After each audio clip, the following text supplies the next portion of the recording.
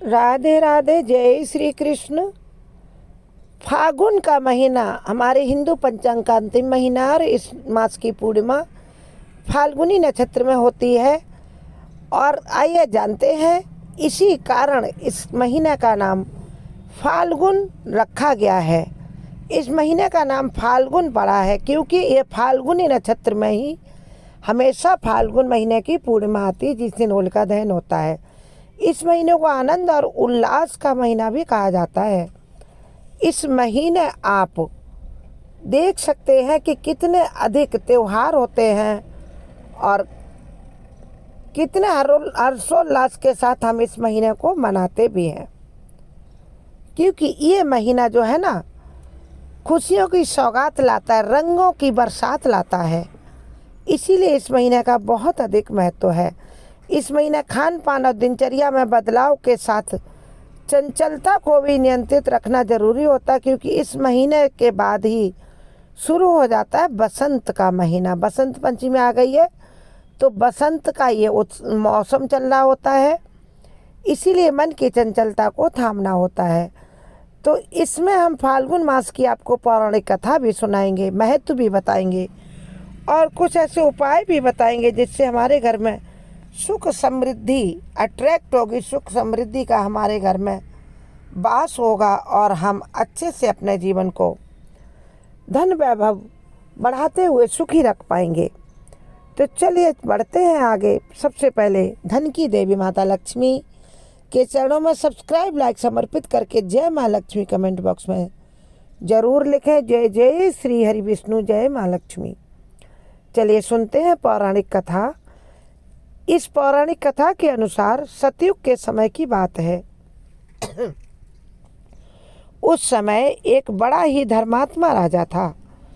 उसके राज्य में एक ब्राह्मण था, उसका नाम विष्णु शर्मा था।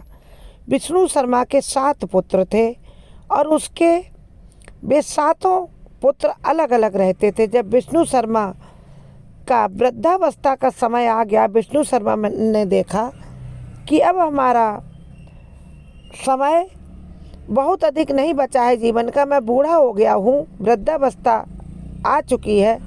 तो एक दिन उसने अपनी सभी बहुओं को अपने पास बुलाया और अपनी बहुओं से कहा कि हे बेटियों, बहुओं, तुम हमारा एक बात मानो, मेरे पास पूरे जीवन का अनुभव है और कैसे हमारे घर में सुख समृद्धि का वास है उस सब का अनुभव। तुम सब मिलकर गणेश जी का व्रत करो।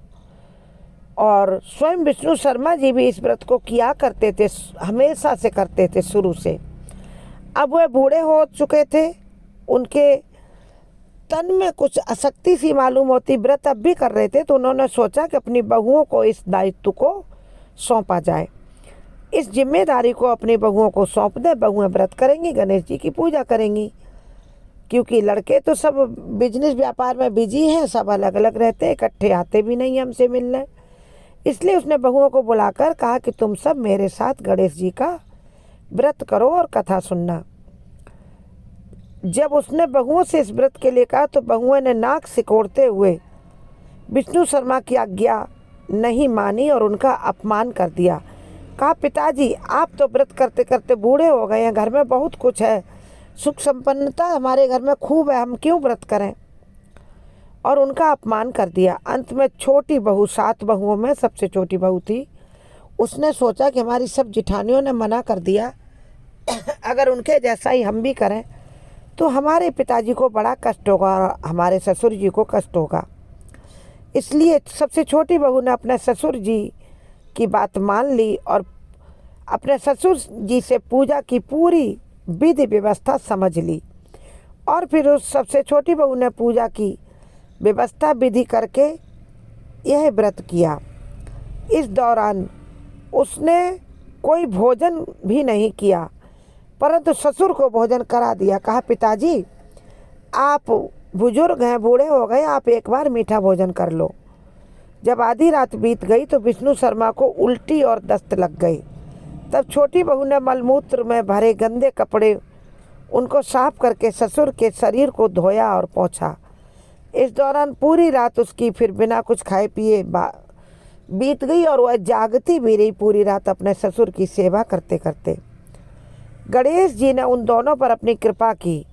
ससुर का स्वास्थ्य ठीक हो गया। गणेश जी आए, उन्होंने देखा कि सबसे छोटी बहू अपने ससुर की बड़ी सेवा कर रही है और उसने अभी तक बिना कुछ खाए पिए दिन का व्रत किया, रात का भी पूरा व्रत बिना कुछ खाए पिए हो गया, जागरण भी हो गया ससुर की सेवा करते करते। तो गणेश जी प्रसन्न हो गए, उसके ससुर का स्वास्थ्य भी ठीक कर दिया। और उसके बाद गणेश जी इतने प्रसन्न हुए कि छोटी बहू का घर उन्होंने धन धान्य से पूर्ण कर दिया। उसके पश्चात अन्य बहुओं को भी इस घटना से प्रेरणा मिली। अन्य बहुओं ने देखा कि हमारी छोटी देवरानी ने व्रत किया और ससुर की सेवा की तो उसके घर में पहले से अधिक धन वैभव भर गया है। तो उन्होंने भी अगली द्विज संकष्ट चतुर्थी से व्रत करना शुरू कर दिया। इस कारण फागुन मास में जो भी भक्त सच्चे मन से गणेश जी का व्रत करता है, गजानन उसकी सभी मनोकामनाएं पूर्ण करते हैं। इस महीने आप ये उपाय जरूर करें, जिससे गणेश जी और अधिक प्रसन्न होते हैं। अगर आपका प्रभाव सभी पर अच्छा है तो सदैव मीठा बोलते हैं आप, ये तय है। लेकिन इस महीने ज़रूर मीठा बोलते ही रहें, यह जरूरी है। अगर क्रोध या चिड़चिड़ापन की समस्या है तो भगवान श्री कृष्ण को पूरे महीने नियमित रूप से अबीर गुलाल अर्पित करें, जिससे आपका स्वभाव मृदुल हो जाएगा। आप भगवान कृष्ण की तरह प्रेम के रसिया हो जाएंगे, प्रेमी बन जाएंगे। वहीं अगर मानसिक अवसाद की समस्या है, मानसिक चिंताएं ज़्यादा रहती हैं, दिमाग थका थका रहता है, कुछ सोचो तो भूल जाते हो या याद नहीं रहता कुछ भी, तो आप सुगंधित जल से स्वयं स्नान करें और चंदन की सुगंध का प्रयोग करें। फिर सुगंधित जल से तुलसी पत्र डालकर भगवान कृष्ण यानी लड्डू गोपाल को घर में आपके यदि हैं तो नहलाएं और उन्हें गोपी चंदन लगाएं, सुगंधित इत्र भी लगाएं। इससे भगवान कृष्ण लड्डू गोपाल प्रसन्न होंगे और आपका मानसिक अवसाद दूर होगा, मन में प्रसन्नता छाई रहेगी। इसके अलावा यदि स्वास्थ्य की कोई अन्य समस्या है तो आप शिव जी को पूरे महीने सफ़ेद चंदन से उनके माथे पर त्रिपुंड बनाएं और ओमकार लिखें, ओम शब्द लिखें। सबसे पहले गंगा जल मिलाकर उनको 1 लोटा जल समर्पित करें। उसके बाद आप धतूरा और ये पुष्प जो भी इस समय ऋतु के अनुसार फूल हैं उनको समर्पित करें। धतूरा तो अभी भी खूब मिल रहा है, धतूरे के फल चढ़ाएं भगवान को। और उसके बाद आप चंदन का लेप लगाएं और अक्षत यानी बिना टूटे चावल समर्पित करें। भगवान शिव औघड़दानी अपने भक्तों की हर मनोकामना पूरी करेंगे। सुख समृद्धि के साथ साथ निरोगता यानी रोग भी दूर करेंगे और आर्थिक समस्याएं भी दूर हो जाएंगी। यदि घर में ज़्यादा आर्थिक तंगी है, बहुत परेशान है एक एक पैसे के लिए, या धन कमाते हैं उससे ज़्यादा खर्च हो जाता है, तो पूरे महीना आज शुक्रवार से शुरू करके गुलाब का इत्र या गुलाब का फूल माता लक्ष्मी को समर्पित करें और दूध की बनी कोई मिठाई या खीर माता लक्ष्मी को भोग लगाएं। माता लक्ष्मी की कृपा से जल्दी ही आपकी सभी समस्याएं दूर हो जाएंगी। अगली होली से पहले यदि माता लक्ष्मी कृपा करेंगी तो आप धीरे धीरे करोड़पति तो बन ही जाएंगे।